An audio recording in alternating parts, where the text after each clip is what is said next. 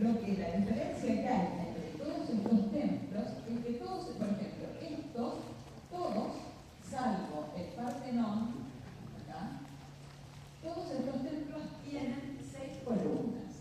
O sea, es el estadio anterior al templo clásico, es lo que en la bibliografía se conoce como templo arcaico, ¿no? ¿Por qué? Porque ya lo vieron en la clase teórica, el impulso estético del griego es ir mejorando e ir avanzando a partir de los mismos elementos, pero generando mejores condiciones, digamos, de proporciones. Ir mejorando las proporciones del edificio, ¿no? Para que sean óptimas, ¿no? Y el templo más desarrollado es el templo del Panteón, que es un templo, es el último templo dórico. En el caso del romano, vamos a ver cómo, si bien interiormente el templo tiene características similares porque tiene un espacio para digamos, un espacio para la estatua del dios, al que está dedicado, ¿no? Vemos cómo empiezan a aparecer diferencias con respecto al tema del uso del orden, por ejemplo. Ya no son columnatas perípteras como en el caso de los templos griegos, sino que hay variaciones en cuanto a la organización de esa planta, ¿no?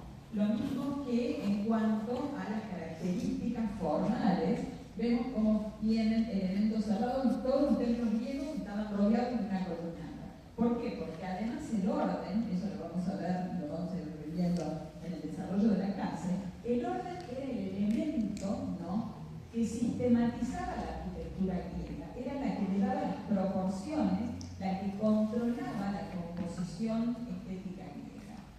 En el caso de los romanos, vuelve a aparecer esa idea de, digamos, de pragmatismo, donde además cada uno de estos templos son templos más pequeños, ¿no?, con respecto al gran templo que va a ser el Panteón, que es el templo donde se recogen todos los dioses, no todos los dioses, sino los dioses más importantes de las distintas civilizaciones conquistadas, ¿no?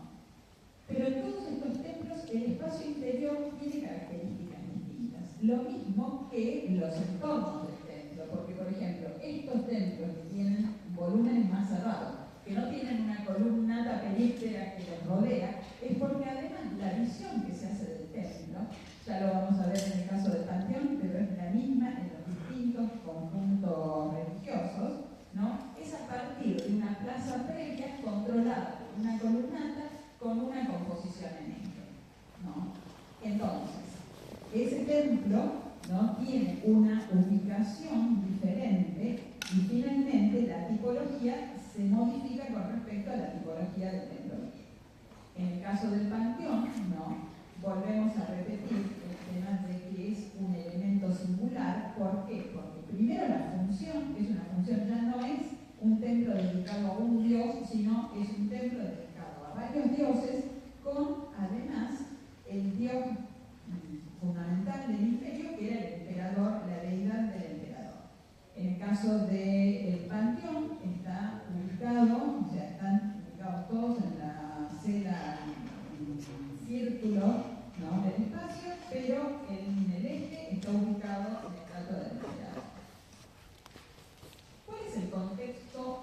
Dentro del contexto cultural, todas estas cuestiones, digamos, la religión, lo mismo que las distintas funciones, van a estar vinculadas, o sea, van a expresarse y van a plasmarse en la arquitectura a partir de una serie de concepciones estéticas, ¿no?, que dentro de la materia normalmente conocemos como impulso estético, pero que no es otra cosa que las reglas, digamos, formales y estéticas con las que una civilización organiza su arquitectura, organiza el arte, organiza su vida cotidiana. En el caso de Grecia hay dos, esto lo van, yo simplemente se los recuerdo porque lo vieron en la clase del lunes, ¿no? Hay dos pensadores fundamentales que son Platón primero y su discípulo Aristóteles.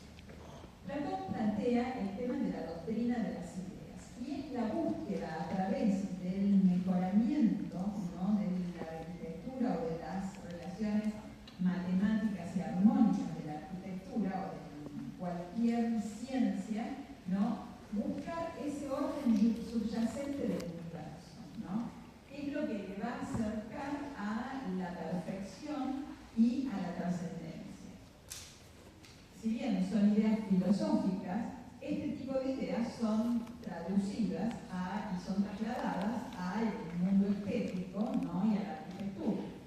Y eso lo hace más concretamente Aristóteles cuando plantea, ¿no?, el tema de que,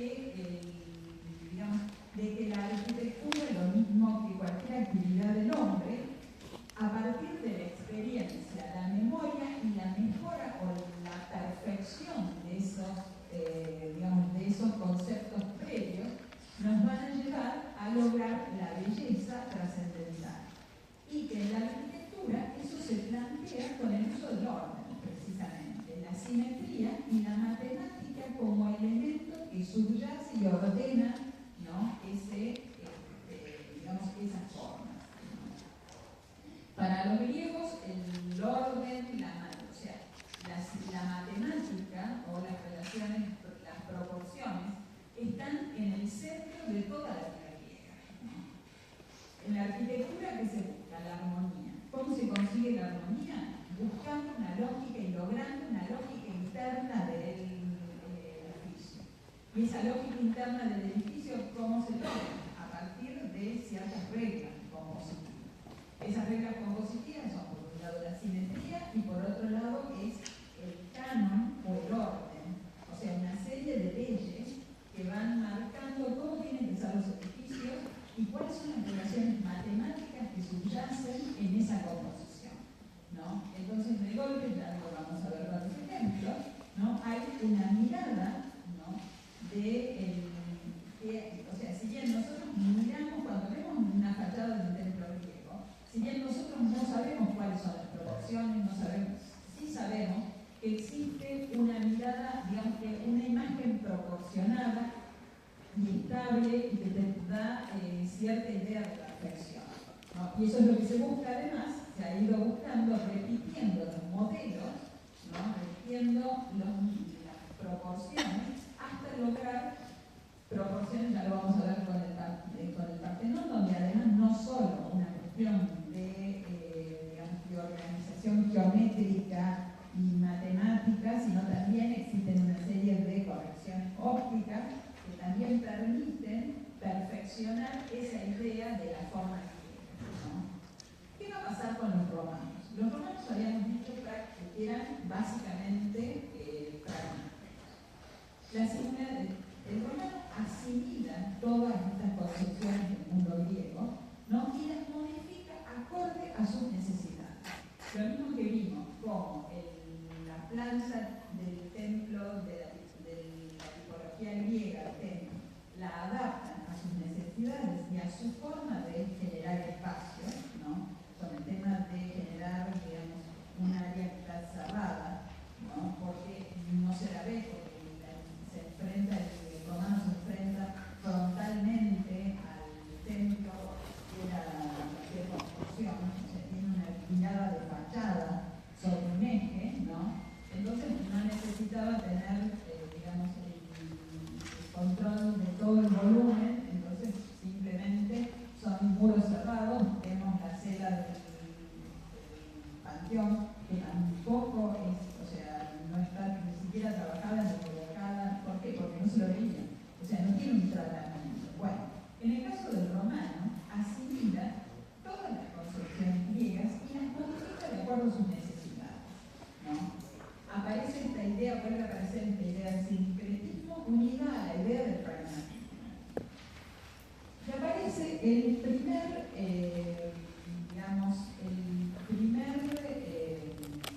tratadista, ¿no?, y que va a ser fundamental. ¿Por qué? Porque Vitruvio no solo va a recoger en sus 10 libros de arquitectura los órdenes, o sea, todo lo que era la construcción, todo lo que era, va a poner va a escribir y va a poner en dibujos sistemáticamente todo lo que era las características de la arquitectura griega, sino además va a incorporar dos órdenes más, que son el toscano, que el toscano era parecido al dórico, y el compuesto, ¿no?, que es una hibridación entre el jónico y el corintio, ¿no? Y además va a establecer cánones, ¿no? Va a formular una serie de cánones estéticos, digamos, recuperando toda la concepción griega de la arquitectura, que va a ser lo que después se va a retomar en el siglo, durante el periodo del Renacimiento, cuando se habla de la arquitectura clásica, ¿no? Estoy spoileándole la clase de... Pero bueno, fundamentalmente, otro de los temas que va a establecer Vitruvio y que después se seguirá trabajando un poco va a ser lo que nosotros vamos a, ya se lo dijo el arquitecto Roy, y lo vamos a retomar en los análisis arquitectónicos, y que además ha pautado un poco, digamos, ha sistematizado lo que es la arquitectura a lo largo de todo su desarrollo, y es, digamos, organizar caracterizar la belleza como respondiendo a tres cuestiones. Por un lado, la técnica, que un edificio debe ser sólido y debe tener las condiciones que le permitan la solidez para cumplir la función que tiene. La utilita está vinculada con las fiebritas y a su vez después con la venusta. Un edificio tiene que ser consistente, inclusive, o sea, Vitruvio plantea distintas características según en sus libros plantea cómo tienen que ser los edificios de acuerdo a cada función. O sea, de acuerdo a determinada función, los edificios tienen que ser arquitectónicamente responder a determinadas condiciones. Y eso lo plantea desde las condiciones, digamos, del concepto de venusta, que es el concepto de belleza. Entonces, un edificio para ser bello, para ser bueno, tiene que responder a ser sólido, responder a una utilidad y ser bello, ¿no? Y para ello retomamos toda la tradición greco, por eso la arquitectura clásica en el Renacimiento es grecorromana, o sea, porque recupera toda la tradición grecorromana.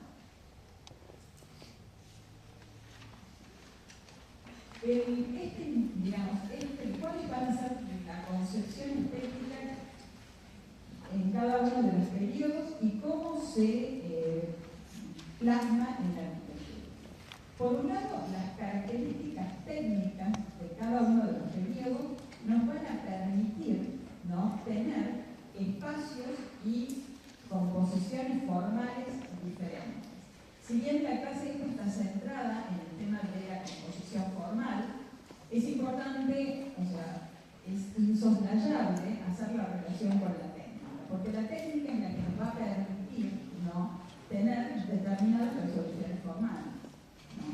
Inclusive cómo se maneja la técnica en un periodo y en otro va a estar directamente vinculada con el resultado final de los edificios. Entonces, la técnica constructiva en Grecia, por excelencia, es la estructura trilítica. Esa estructura trilítica, ¿qué nos va a permitir? Primero, no nos va a permitir, primero, ¿qué no nos va a permitir? No nos va a permitir tener espacios interiores muy amplios. Por otro lado, los griegos no lo necesitaban.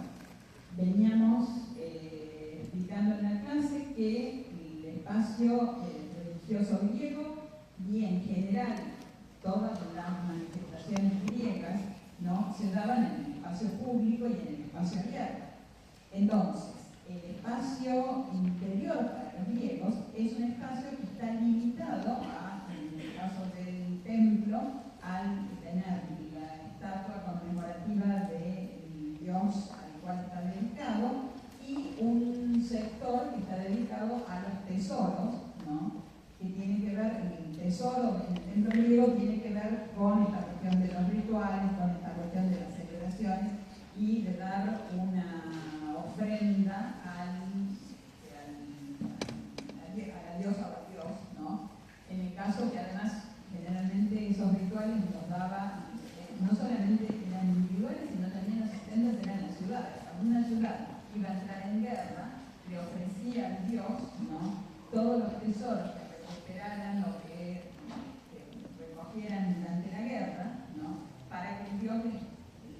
ayudara y fuera con ellos y permitirá que no.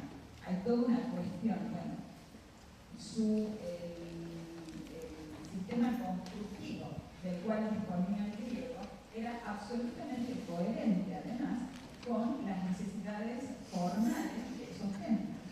O sea, vemos cómo la estructura trilítica no solo es una estructura resistente, sino también pasa a ser la estructura formal perceptiva del griego, con el orden y el módulo. O sea, la columna de esa estructura resistente, el diámetro de la columna, va a ser el ordenador, ¿no?, de toda la concepción geométrica y de toda la composición de la arquitectura. ¿Qué va a pasar con la técnica en el romano? El romano necesitaba otro tipo de espacio. Necesitaba espacios, además, mucho más grandes, necesitaba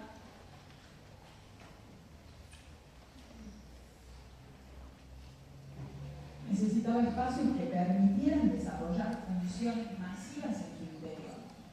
Entonces, esos espacios, ¿no?, necesitaban otro tipo de estructuras que le permitieran luces mayores. Entonces, incorpora elementos constructivos como el arco, ¿no?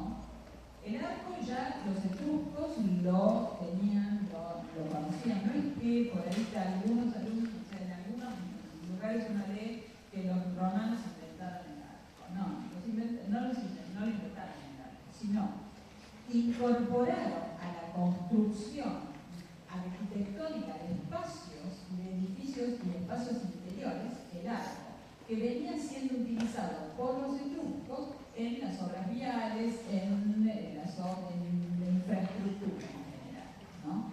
Entonces, con la incorporación del arco, la bóveda y la cúpula, que es el desarrollo constructivo del arco, son dos, ¿no?, y la incorporación de un sistema constructivo, un elemento constructivo que era el hormigón romano, ¿no?, el romano puede tener grandes luces que están acorde a las funciones masivas que tiene Roma. Y lo vamos a ver cómo también les permite, ¿no?, este desarrollo técnico, tener un templo diferente como es el tema del Panteón, con un gran espacio interior. Por otro lado, ¿cómo componen los espacios, ¿no?, cómo es la composición de los espacios, tanto en el caso de los griegos como en el caso de los romanos? Cuando hablamos de espacio sagrado griego, el espacio sagrado griego es un espacio exterior, a diferencia de lo que puede llegar a ser el espacio del interior del templo en el caso del romano. Aparte, el modo de componer el espacio exterior para el griego es a partir de una composición asimétrica de volúmenes, que ya vamos a ver en los ejemplos, ¿no?, cómo los volúmenes no están organizados, tienen una estructura formal compositiva muy clara, en la medida de que uno hace el análisis. Pero cuando uno lo ve al edificio, ¿no?, hay una composición asimétrica, ya la explicaremos, que a diferencia del griego, del romano, que tiene una composición en eje, ¿no?, donde además el espacio, ¿no?, es un espacio, aunque sea un espacio exterior, como puede ser el espacio previo al espacio porticado de la plaza previa al panteón o en los foros, ¿no?, son espacios controlados arquitectónicamente, ¿no?, donde la arquitectura genera el marco compositivo de ese espacio, planteado además siempre en esa composición en eje. Ya vamos a ver cómo además esa composición en eje tiene una serie de elementos que van marcando que inclusive las posiciones desde cuales se percibe la fachada en el edificio. Nunca un edificio romano, hoy el panteón se percibe en el corso porque se modificó toda su estructura circundante, o sea, se modificó la ciudad y se demolió todo lo que era la plaza previa, ¿no? Pero el panteón nunca fue pensado para verse, digamos, en volumen, sino como fachada, ¿no? Cosas diferentes del griego, que el griego plantea su arquitectura para ser percibida como volumen. De ahí el tema de las columnas perípteras, ¿no?, de los templos perípteros, donde hay toda una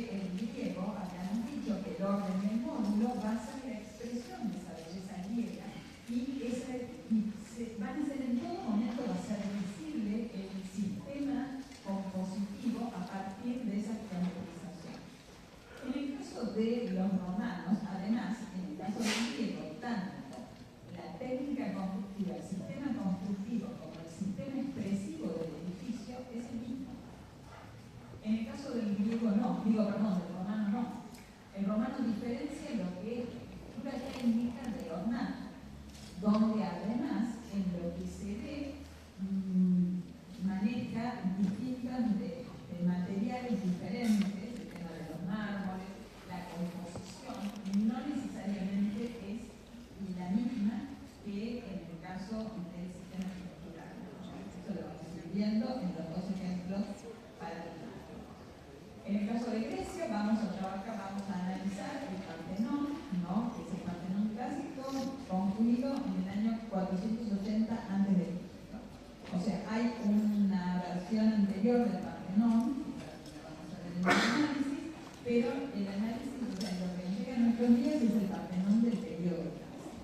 Y en el caso de Roma vamos a analizar el Panteón, ¿no? Concluido hay dos periodos, hay un periodo que es el templo de Agripa, del cual se conserva el pórtico, y durante el periodo de Adriano, ya durante el imperio, ¿no? ¿Qué es lo que se hace? Se amplía y se modifica el templo del Panteón y se le agrega la cera, ¿no? Ese gran espacio interior del Panteón. Cuando hablamos del Partenón, hablábamos de la composición asimmétrica de Colonia. Primero, el Partenón, está planteado sobre un promontorio, ¿no? Que es la ciudad alta, la Acrópolis, que además era un lugar donde en los primeros años de Atenas, con los momentos de la guerra, también servía de refugio.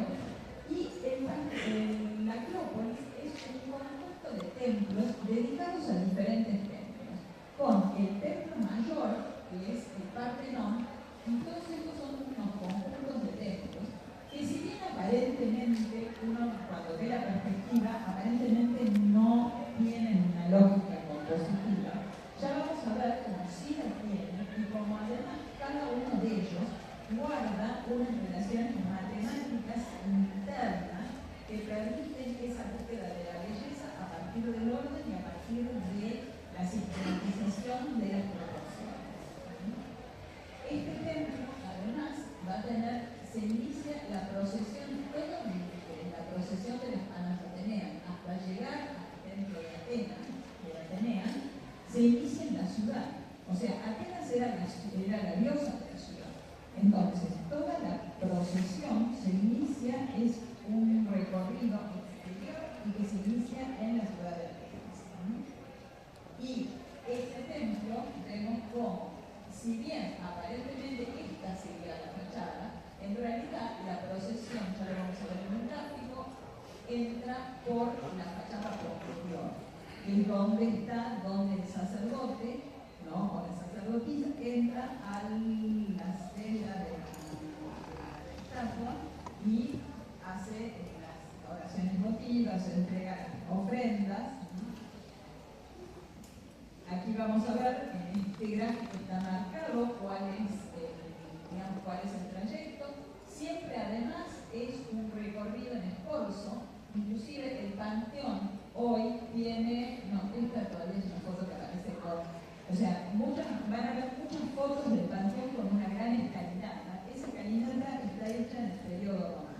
O sea, ¿por qué? Porque durante el periodo griego siempre existe la idea esa de recorrido, de ir viendo los volúmenes en escorzo, ¿no? Además, cuando hablamos de equilibrio de volúmenes, vamos a tener distintos conjuntos. Por ejemplo, este es el gran templo de Atenea. Pero bueno, estos son distintos templos que hay una especie de composición visual equilibrada, donde si bien hacia un lado tenemos el gran templo, digamos, clásico, después está el del Estelión, hay una serie de templos votivos, ¿no? Que van componiendo esa imagen y ese conjunto de equilibrio de masas y no un equilibrio visual a partir de ellos, ¿no? Que es lo que normalmente, digamos, después, o sea, el clasicismo lo ha regularizado, como cada vez que uno habla de una composición clásica, habla de la composición en ejes. Bueno, o sea, los griegos no tenían una composición en ejes en los espacios, digamos, de su arquitectura. Aquí vemos cómo, de hace un rato, si bien aparentemente esto es un conjunto disperso, ¿no? De templos y de volúmenes ubicados aleatoriamente, no están ubicados aleatoriamente. Están ubicados, este es un estudio que hace el sociales, ¿no? Donde hay todo el templo desde los propilios, ¿no? Se ingresa por los propilios y desde este punto hay toda una serie de, digamos, de líneas maestras y de ángulos que van organizando esa mirada del conjunto. Aquí vemos marcados cómo además hay una serie de templos, este es el Electroión, ¿no? Además, esta plaza está, acá está la gran estatua de Atenea, ¿no? Y este es el punto donde se ingresa al templo.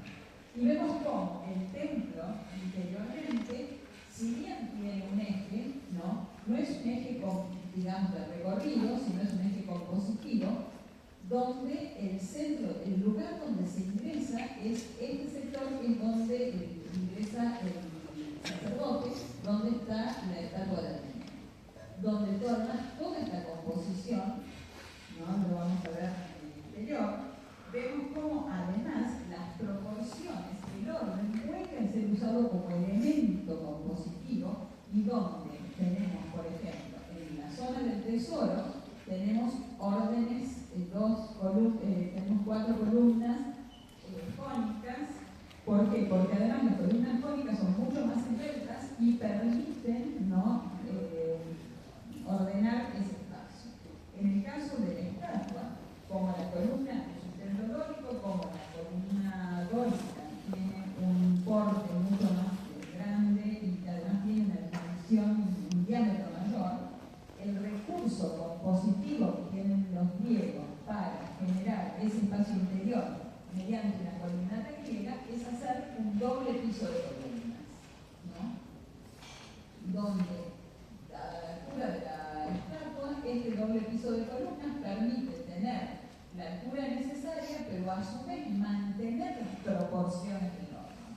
Por ejemplo, si este templo fuera un templo romano, a los romanos no les hubiera importado, ¿no? Modificar ciertas condiciones del orden o tener una libertad compositiva mucho mayor. En el caso de los griegos no. En el caso de los griegos el orden va a ser el elemento fundamental, ¿no? Las proporciones y esa, digamos, esa geometría subyacente va a ser fundamental para la concepción de belleza del griego. Aquí vemos cómo en la estructura, vemos cómo esta columnata, por ejemplo, ¿no? Es toda la columnata, la doble columnata. Vemos además cómo toda la estructura del edificio, ¿no? Es una estructura, o sea, es la misma estructura resistente del edificio, va a ser la estructura, ¿no? Perceptiva del edificio y va a ser la concepción de belleza griega. Vemos cómo el único elemento, ¿no? Si bien este espacio es un espacio que tiene una cierta tensión, ¿por qué? Porque este es el elemento tensionante de ese espacio, es un espacio donde la única persona que ingresa es el sacerdote. La población hace, digamos, el ritual es afuera. ¿Qué va a pasar con el panteón? El panteón vamos a tener una concepción completamente diferente de la forma en que se estructura ese edificio. Por un lado, vamos a tener una composición en eje que no va a ser solamente compositiva de estructurar los espacios, como es en el caso de los romanos, de los griegos, sino fundamentalmente también va a ser digamos, una composición de circulación, o sea, el eje es de circulación. De hecho, inclusive, este cuadripórtico que está planteado acá, ¿no? Está puesto precisamente para marcar cuál es el recorrido y cuáles son los puntos de visión y cómo se va advirtiendo y cómo se va enfrentando la persona con la fachada. Siempre hay una visión de fachada del edificio, ¿no? En este caso, acá vemos un croquis, ¿no? Donde en la situación actual esta cera, digamos, el volumen circular del panteón nunca se dio. Los romanos no lo veían. ¿Por qué? Porque estaba controlada toda la visión, ¿no?, por estos pórticos. Entonces tenemos un espacio longitudinal basado, digamos, organizado a partir de un eje compositivo, que es un eje además de circulación, y que por otro lado, ¿no?, es el que va, digamos, toda la plaza porticada va marcando el control de lo que hablábamos del espacio, digamos, el espacio público del contexto ambiental, ¿no? Vemos la diferencia como en el caso de los griegos siempre la naturaleza estaba presente, ¿no?, visualmente dentro del recinto, cosa que los griegos y los romanos no. Aparece esa idea de control del edificio, ¿no?, y los cánones estéticos a partir de esa concepción de la fachada y de la composición, que a su vez remata en otro de los conceptos estéticos que maneja el romano, que es el gran espacio interior. O sea, la secuencia está dada por una composición en eje que plantea la mirada sobre la fachada, digamos, la relevancia de la fachada como elemento compositivo, y es lo que antecede al gran espacio interior, que en este caso es la cela del Panteón, que además tiene unas dimensiones enormes, ¿no?, lo cual potencia esa concepción. Además, ya lo vamos a ver un poco más adelante, el tema de la vinculación con la iluminación. Este es el altar del emperador. Vemos cómo todos los altares que están ubicados, digamos, equidistantes al espacio central, ¿no? Estos son todos los altares donde están los otros dioses que se incorporan en este panteón, ¿no? Pero en el eje compositivo está el altar del emperador, ¿no?, dedicado al emperador. Vemos acá como la arquitectura, ¿no?, vemos acá como la arquitectura además, ¿no?, y la expresión formal de esa arquitectura no es la misma que la estructura resistente. O sea, vemos cómo la estructura resistente de este edificio está planteada a partir de grandes muros de más de 6 metros. Esto tiene un interior de 43 metros de alto por 43 de diámetro, donde además el interior está sistematizado visualmente y organizado compositivamente a partir del ornato. Se diferencia lo que es el ornato de la estructura resistente, ¿no? La estructura resistente nosotros podemos ver que es un muro, ¿no?, plegado, que sería un muro hoy plegado, pero en realidad es un muro con espacios horadados por los altares, que es lo que le permite además al edificio. Estas paredes son de hormigón romano, que el hormigón romano era, o sea, se los explicamos en clase, pero son unos encofrados de ladrillo, 2 paredes de ladrillo, con en el interior pusolana, con una especie de una mezcla de concreto con elementos de cal y pusolana. Eso además le ha permitido ser sumamente resistente a lo largo del tiempo, porque inclusive una de las cuestiones que tiene el panteón, ¿no?, que ha sido estudiado por todos los especialistas en conservación del patrimonio en la restauración, es el tema de que inclusive cuando penetra la humedad dentro de la masa muraria, se solidifica más el muro del panteón. ¿Por qué? Porque hay una reacción química con la cal. Esto, ¿no?, que parece mucha explicación, ¿no?, en realidad es lo que interesa que pero el hormigón romano no tiene nada que ver con el hormigón contemporáneo, ¿no? Lamentablemente, cuando se llama hormigón romano es una cuestión de similitud en cuanto a las características compositivas, pero la composición de ese hormigón romano, por un lado son 2 muros de ladrillo encofrados perdidos, y el interior de ese muro está planteado a partir de una mezcla, ¿no?, con elementos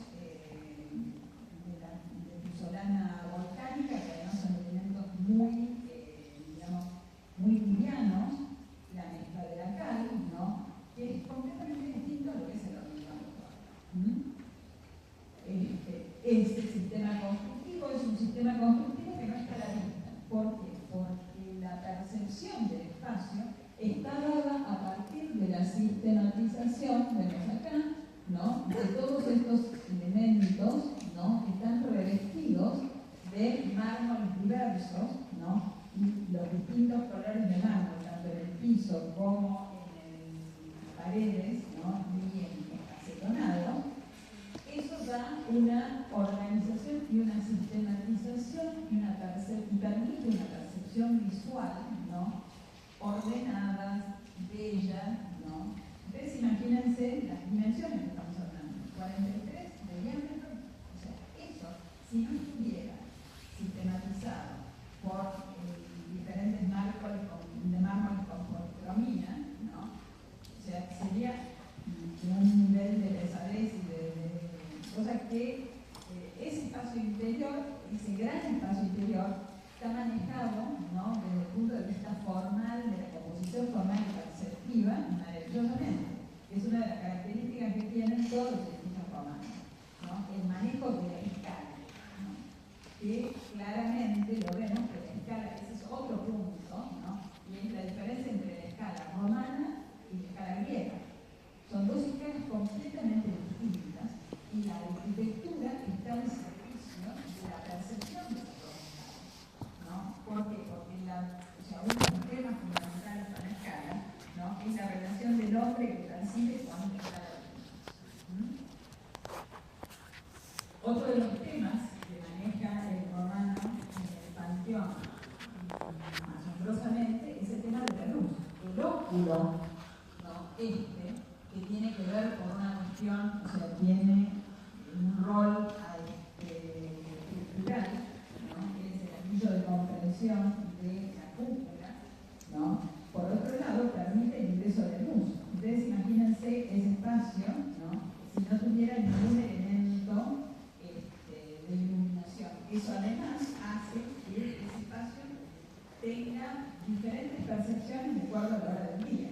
Y además valoriza, ¿no?, la luz, el ingreso de la luz cenital, ¿no?, ese gran espacio interior. Entonces vemos cómo espacialmente el manejo formal que hace el griego del romano es completamente distinto, a pesar de que utilizan algunos elementos, ¿no?, similares. ¿Qué pasa con el Partenón desde el punto de vista compositivo? Hasta ahora habíamos visto el análisis espacial. Ese análisis espacial, o sea, cómo es compositivamente y geométricamente estos dos edificios. Habíamos hablado que en el caso del orden griego, el orden del módulo era el elemento que iba a ser la expresión de la belleza y que iba a ser el elemento compositivo central y iba a ordenar el edificio en toda su identidad. Vemos cómo, además, esta columnata, este es el templo, ¿no?, primitivo de los griegos, que vemos que tiene 1, 2, 3, 4, 5, 6 columnas. El templo, digamos, la segunda versión, que es la clásica, y que es el templo en su máxima expresión en cuanto a la relación de las proporciones del templo, está dado en la versión del templo clásico, que tiene 8 columnas, ¿no? Vemos cómo aparentemente ambos templos tienen las mismas proporciones, pero las dimensiones son distintas.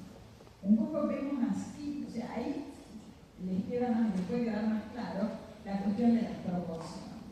A veces los edificios tienen dimensiones diferentes, pero mantienen una proporción armónica por las relaciones que se dan entre las partes. O sea, la idea de armonía del griego era precisamente la relación que existía en cada una de las partes entre sí y con el todo. No había ningún elemento, ustedes después eso mismo lo van a ver que lo recupera la arquitectura clásica de los Renacimiento, la relación del todo con el parte. Entonces, vemos cómo, además, ya lo expliqué al principio cuando veíamos el espacio, existe toda una serie de relaciones y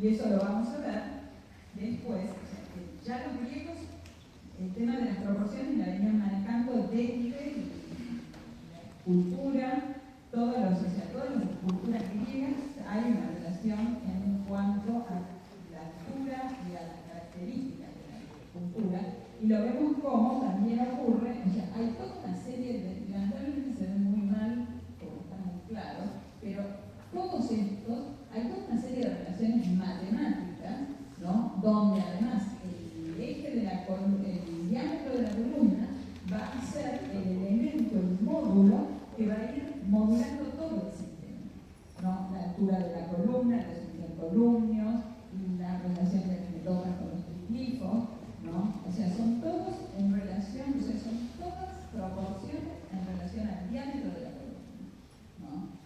Que además va a ser distinto de acuerdo al orden que corresponde. O sea, ¿por qué? Porque el orden dórico tiene un diámetro de columna, el orden jónico otro y el orden colínico otro, ¿no?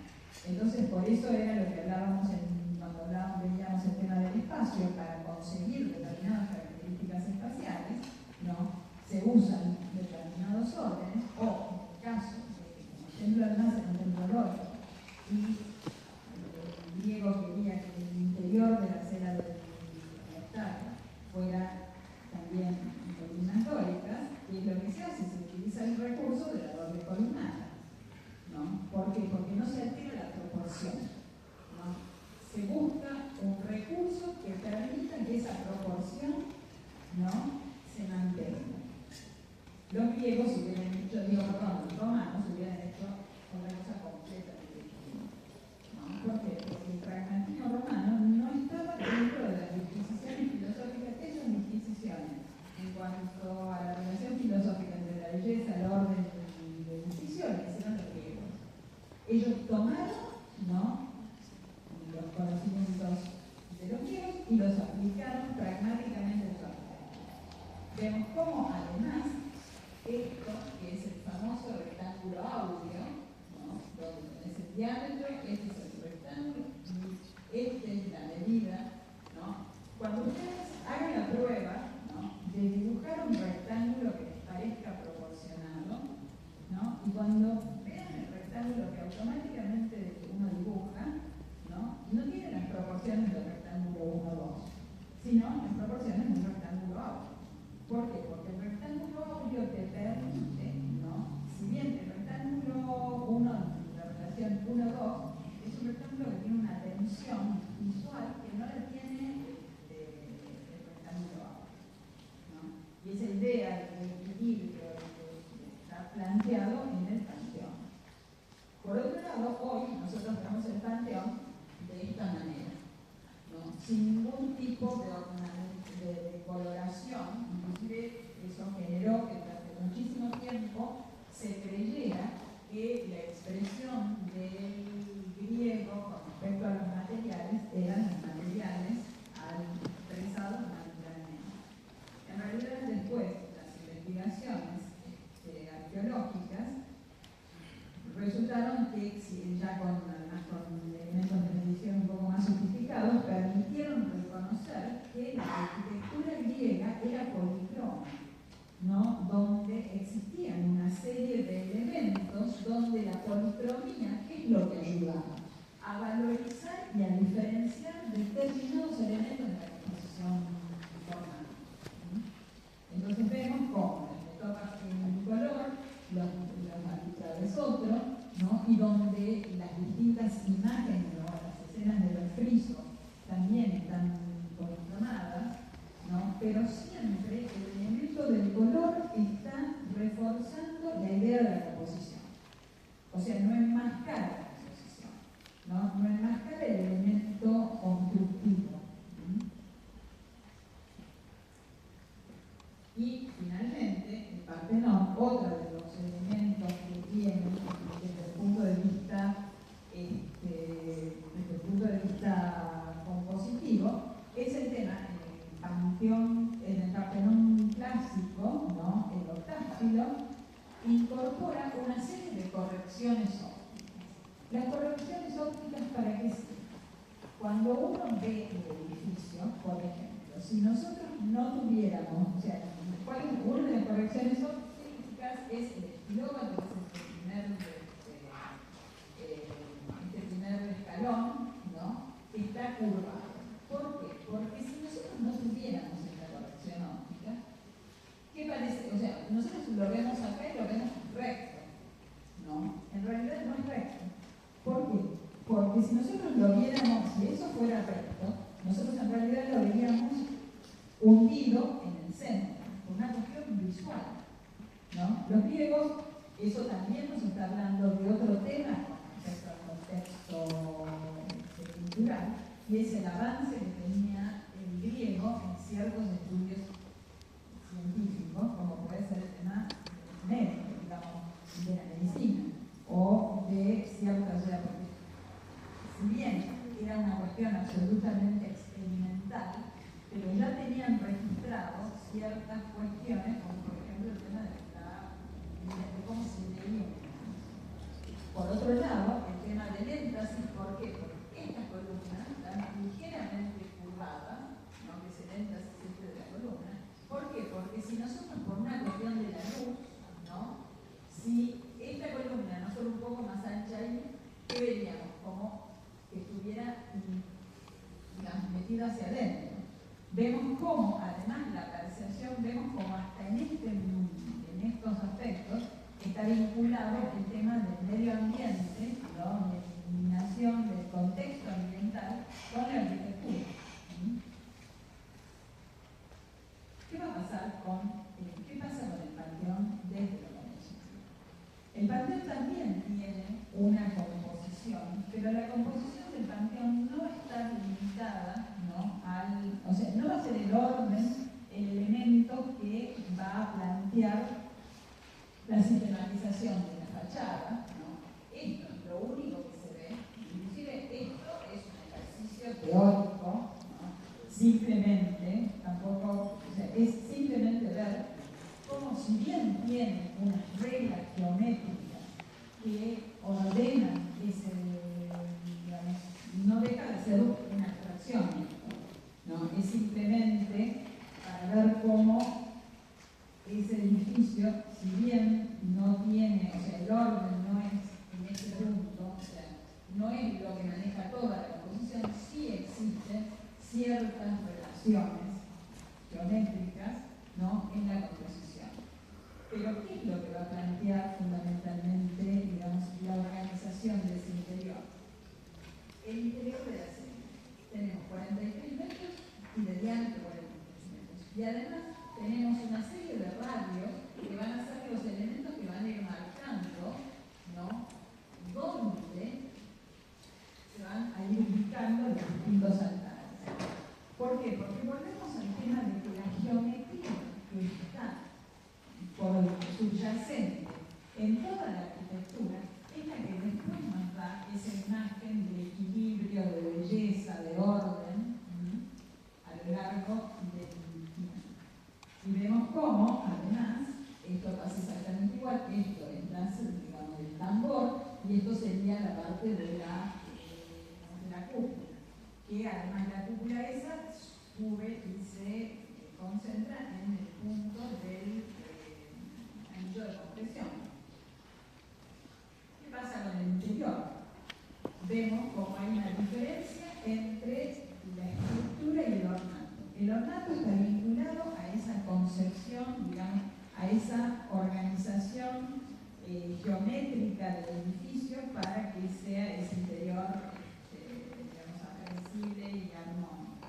Pero vemos cómo la estructura del edificio es completamente distinta, ¿no? Vemos acá, estos son los arcos de descarga de la pared, ¿no? De toda la pared de la cúpula, está tapado por el acetonado y esto está tapado por la ornamentación, o sea, no hay una relación, como había en el caso del griego, donde el sistema estructural era parte del sistema compositivo y además era parte del sistema perceptivo. Acá hay una diferencia entre lo que es estructura y lo que es ornato, y eso se va a dar en todo digamos, en toda la arquitectura romana.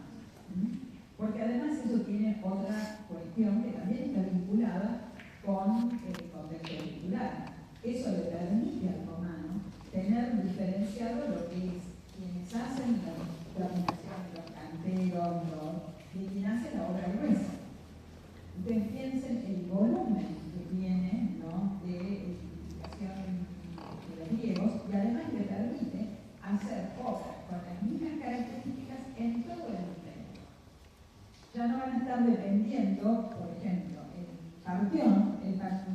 Partenón es de mármol pentélico. ¿Por qué? Porque el mármol pentélico es lo que había en la zona, ¿no? Era el recurso, ¿no?, que había en el lugar.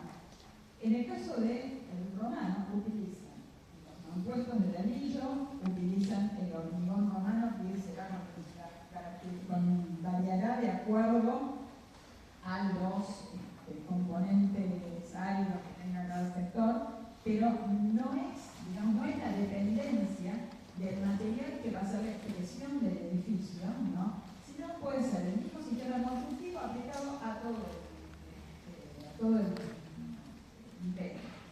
Y después, los materiales de revestimiento, ¿no?, la cantera de todos los materiales de revestimiento es todo el imperio.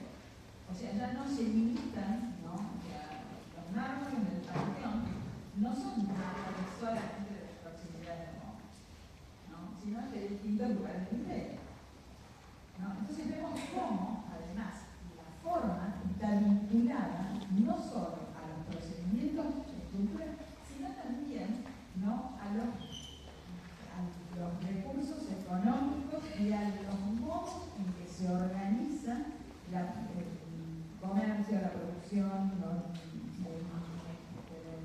imperio.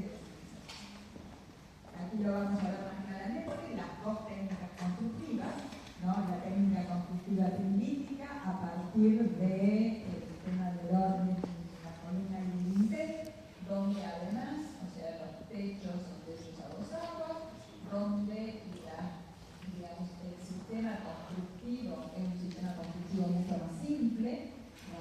Aquí vemos donde además el sistema constructivo es mucho más complejo, porque bueno, hubo que hacer todo un encofrado, si bien el encofrado es un encofrado perdido, donde toda la estructura de la cúpula se va encastrando una con otra, ¿no?, donde inclusive, o sea, para llegar hasta el óculo, ¿no?, con el anillo de compresión. Pero bueno, eso es un sistema mucho más trabajoso, o sea, necesita mucha más mano de obra. En el caso del Partenón, ¿no?, además utilizan todo lo que es el sistema de poder, deslizamiento propio de la técnica naviera, y ellos ya lo tenían desarrollado. Vemos acá, volvemos a repetir el tema del sistema estructural, muy simple: dintel, columnas. Dintel, columnas, el caso del romano, bastante más complejo. O sea, tenemos además la asociación estos muros, 6 metros, piensen lo que es un muro de casi 6 metros, que además tiene que tener sistema de arcos, tiene que tener un sistema de huecos dentro de ese muro, ¿no?, para que pueda ser, por un lado pueda construirse y por otro lado pueda secarse el interior de esa masa, ¿no?, y digamos las características que tiene la cúpula del panteón, ¿no? Entonces vemos cómo, además de esto, lo que les decía, para este muro que se va plegando, ¿no?, para poder alivianarlo, y por otro lado para que pueda absorber los empujes horizontales que tiene una cúpula. O sea, ustedes piensen que la cúpula trabaja, o sea, en el caso del sistema trilítico trabaja solo a la compresión. En el caso del sistema de las cúpulas trabaja a la compresión y la flexión, ¿no? Entonces los empujes horizontales tienen que ser absorbidos de alguna manera. En el caso de los romanos lo absorben con muros muy anchos que permitan que la fuerza caiga dentro del tercer medio del muro. Estructura básica. Bueno, lo que les decía rápidamente,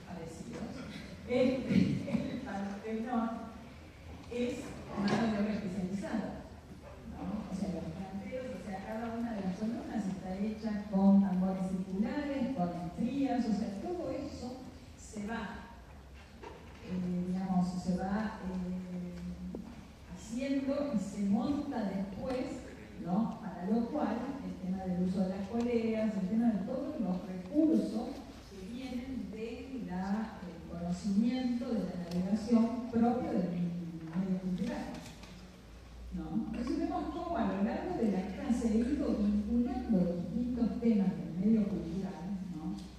Con respecto, y eso es lo que ustedes van a tener que ir buscando a lo largo del desarrollo de práctica, ¿no? O sea, ir viendo a ver por qué se hacen las cosas y cuáles son los resultados arquitectónicos. Entonces, en el caso del panteón, vemos cómo acá, ¿no?, el sistema constructivo es diferente, ¿no?, y cómo además aquí tenemos los distintos pisos y cómo se va armando, ¿no?, y las características ya no es igual que en el caso del Partenón, donde las distintas piezas, o sea, no, esto se va armando como a partir de, digamos, van subiendo a partir, primero se hace la cela, después se va organizando todo lo que es la cúpula, ¿no? Y se va construyendo, no como el parque, sino es una construcción más de tipo monolítico.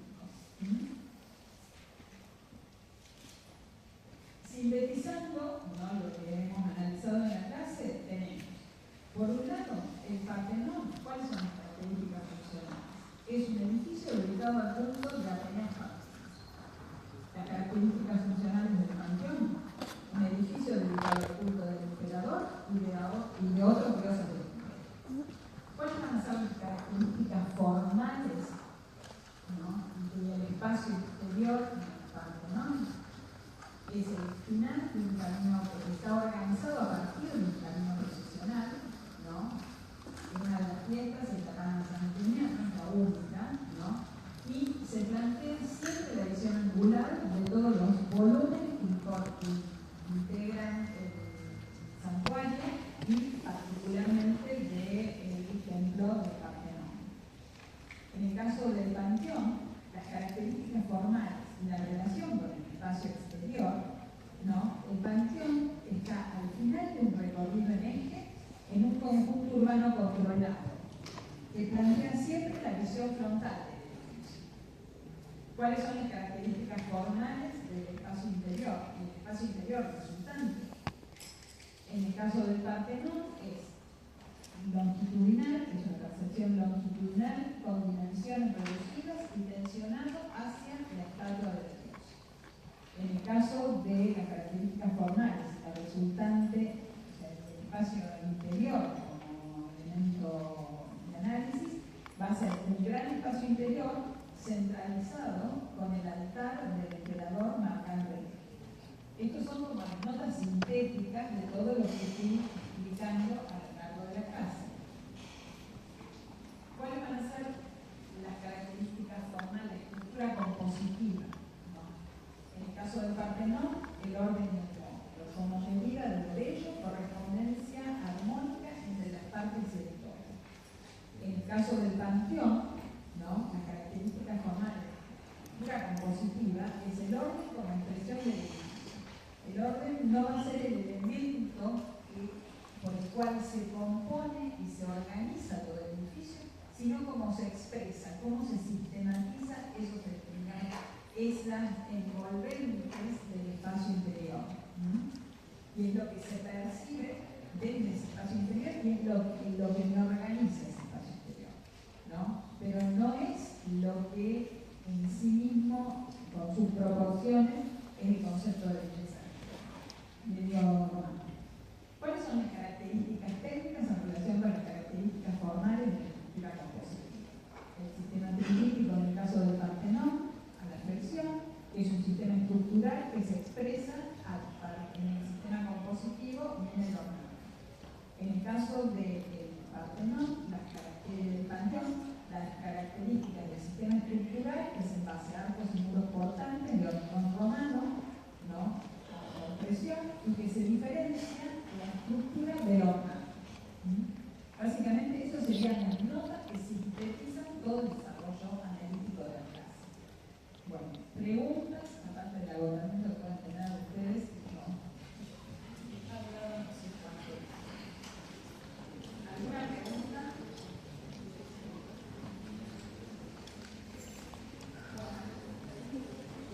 cualquier cosa